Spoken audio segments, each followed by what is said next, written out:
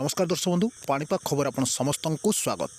राज्य में लघुचाप प्रभाव में जारी रही लगाण वर्षा उपकूल जिला समेत उत्तर उपकूल जिला गुड़िक प्रबल वर्षा देखा मिली सेपटे पाणीपाग विभाग सूचना अनुसार आज राति वर्षार परिमाण बढ़ और अधिकांश जिले में बिजुली घड़घड़ी सह वज्रपात लगी विशेषकर 7टी जिले में प्रबल वर्षा होनी पाणीपाग विभाग सूचना देती। सेपटे आगामी 3 दिन पर राज्यर अधिकांश जिला येलो वार्निंग जारी होती। प्रबल वर्षा सांगक बिजुली घड़घड़ी सह वज्रपात लगी घूर्णिबलय प्रभाव जो राज्य में प्रबल वर्षा देखा मिल तेज कौन रही आज पाणीपाग को नहीं नुआ रिपोर्ट। आज राति बालेश्वर समेत केउं सबु जिला मानक प्रबल वर्षा ने येलो वार्निंग जारी होगा सह केउं 14 जिला वज्रपात और बिजुली घड़घड़ी नहीं सतर्क करिछि पाणीपाग विभाग निश्चय जानी रखु। यासह आसंता काली सकाळ ठारू राज्यर केउं सबु जिला मानक प्रबल वर्षा देखा मिल से नहीं पाणीपाग विभाग पक्षर आउ एक बड़ अपडेट जारी होइछि।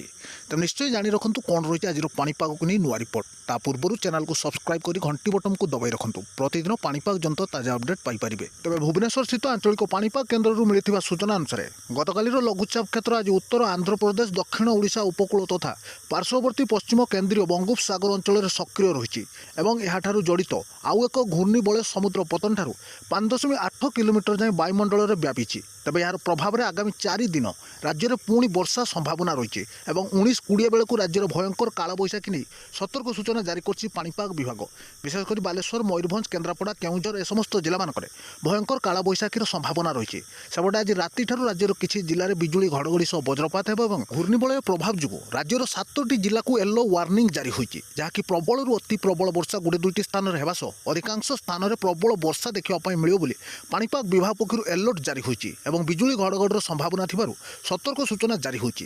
तेज से सब जिलागुड़िक होची बालेश्वर भद्रक केन्द्रापड़ा जगतसिंहपुर कुरी कटक समेत खोर्धा जिला जहाँकि आज राति ठारू आसंता काली सकाळ 8:30 मध्य ए समस्त जिला मानक बिजुली घड़घड़ी सांगक प्रबल वर्षा देखा मिल एने येलो वार्निंग जारी होती।